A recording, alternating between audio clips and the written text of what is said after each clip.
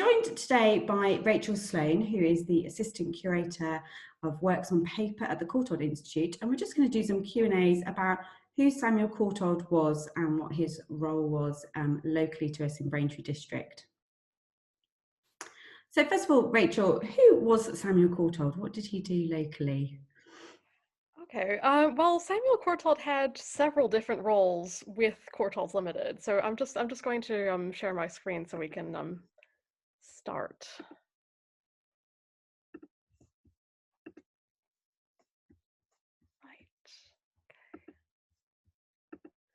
Right. So yes, so Samuel Courtauld had a number of different roles with Courtaulds Ltd. The one he held for the longest was that he was the chairman from 1921 to 1946, which was the year before he died.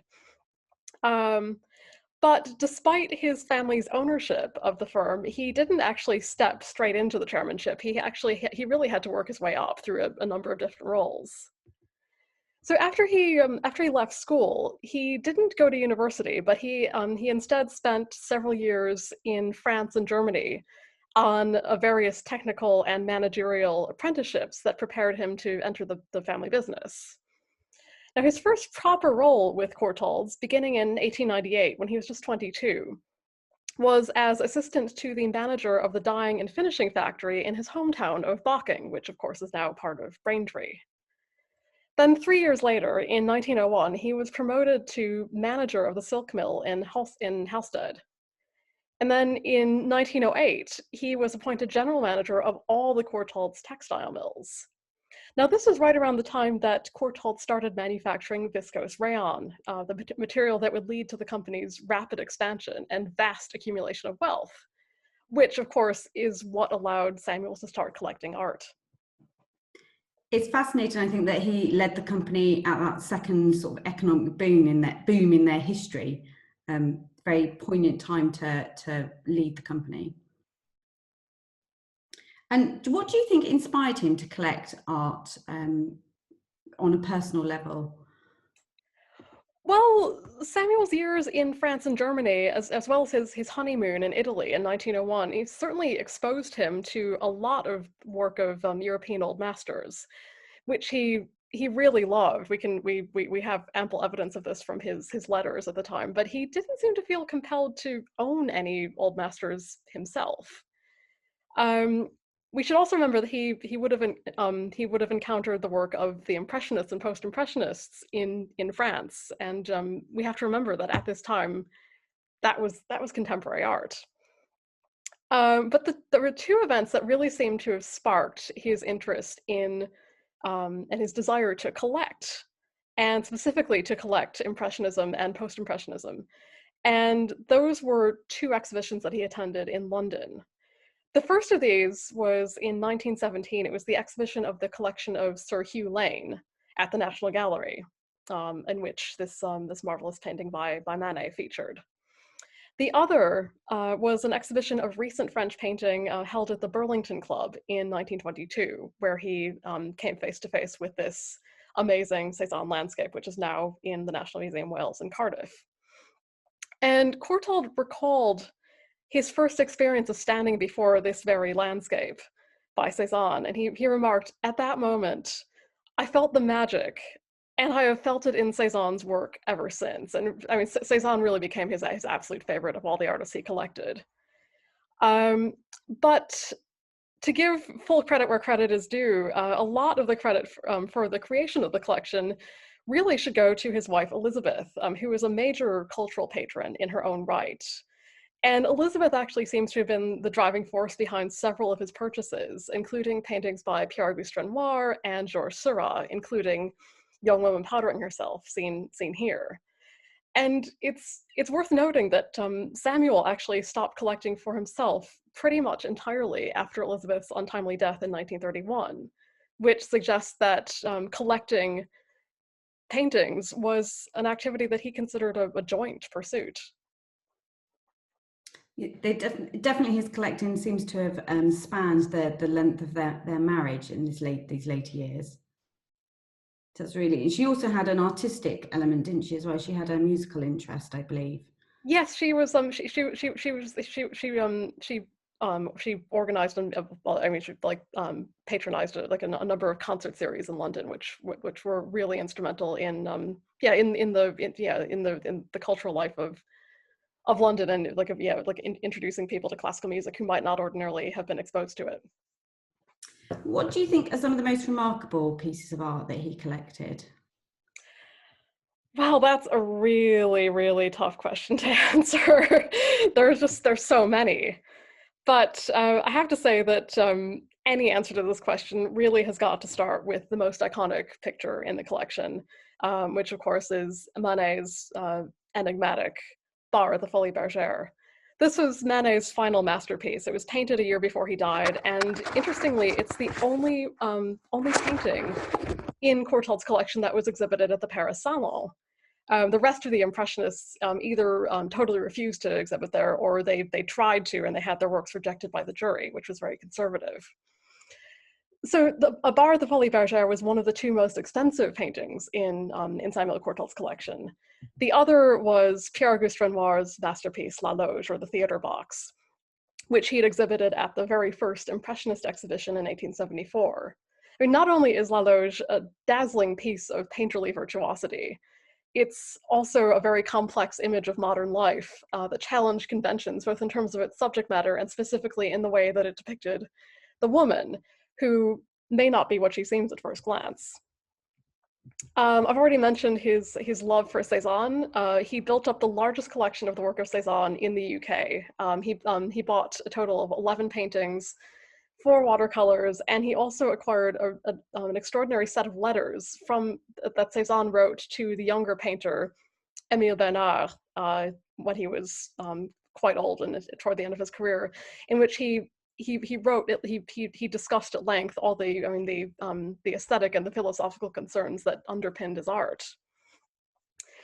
And finally, if you'll allow me to sneak in just 2 more, Courtauld purchased 2 of Gauguin's most remarkable late paintings, Nevermore and Terrarioa, which are all the more remarkable because Gauguin actually painted them within a few weeks of each other.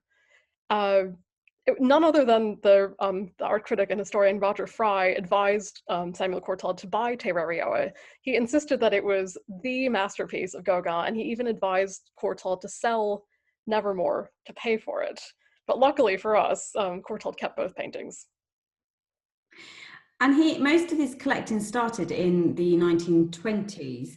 So how did the Courtauld Institute then come about, and how was he involved in creating it? So the Courtauld, I mean, the kind of the seed for the Courtauld Institute was planted in the late 20s and beginning of the 30s. And it was the brainchild of 3 men. So, I mean, Samuel Courtauld, obviously. The other 2 were Arthur Lee, first Viscount Lee of Fareham, who was a diplomat, a politician, and a collector, and Sir Robert Witt, who was a solicitor, an amateur art historian, a collector of drawings and prints, and he also happened to be Courtauld's neighbor in London.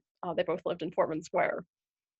And these 3 men began discussing plans for a center for the study of art history in the late 1920s. Definitely picked up the pace in 1930. And this really wasn't a very obvious venture to undertake in Britain at the time, because although art history was fully established as a scholarly discipline in Europe and in the United States, in Britain at the time, it was considered frivolous. I mean, art was considered to be the plaything of the wealthy, and it was just not a suitable subject for a university education. So it was quite bold for these 3 men to come together and say, we want to create an institute specifically for the study of this very subject.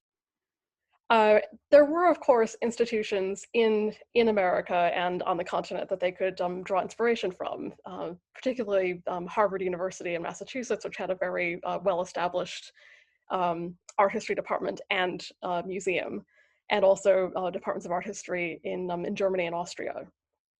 Now, as well as providing the bulk of the money with which to found the Courtauld Institute, Samuel Courtauld also very generously gifted a large part of his collection to the Newborn Institute. as well as the home in which it hung, which is Hume House in Portman Square, just north of Oxford Street in London. And Hume House was actually the home of the Institute until 1989, when it moved to Somerset House, where it still is today. It was certainly a very generous donation to the nation, if you like. Extremely. Absolutely. And do we know if the Institute was what he hoped it would be? Because obviously, sorry. Go ahead. I was going to say, because he passed away in 1947, so there was a period of time when the institution would have had its first few years, first 10 years or so, and I just wondered whether it was at that time how he hoped it might have turned out. I don't know. I don't know about how how it was in 1947, but I think if he were to if he were to come back today and see it, I think he'd be really pleased with what it's become. I think it not only lives up to its hopes for it, but it exceeds them. Not only is it one of the preeminent centers for art historical study and research really in the entire world, it attracts students and researchers and the general public from across the UK and from many, many different countries.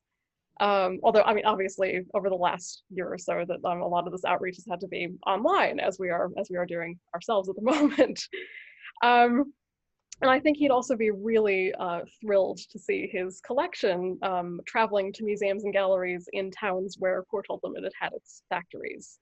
He was a very strong believer in the idea of art for all and in art's power to improve people's lives. And indeed, he and Elizabeth, during their lifetimes, were very generous in lending paintings from their collection across the country and beyond. Sorry, I do think he would be quite surprised to see that its physical home is no longer where it started, but it's in Somerset House. I don't quite know what he'd make of that. Because I also in the 1930s, he supported a project, Art for the People, where artworks went out into the different regions, including, for example, Silver End was the first time they did this exhibition. Yes. With peach trees in blossom. Yes. And so I think, that illustrates certainly his desire to share, doesn't it, the art that he'd collected with everyone. Yeah, absolutely. And I think, I mean, also obviously he would never have known about the creation of the World Wide Web, but I think that's also proved to be a fantastic tool for sharing his collection with an audience he probably never dreamed of.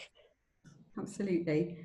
And what impact do you think his collecting had on public art collections? It had a huge impact. I mean, especially on the collection of the National Gallery in London.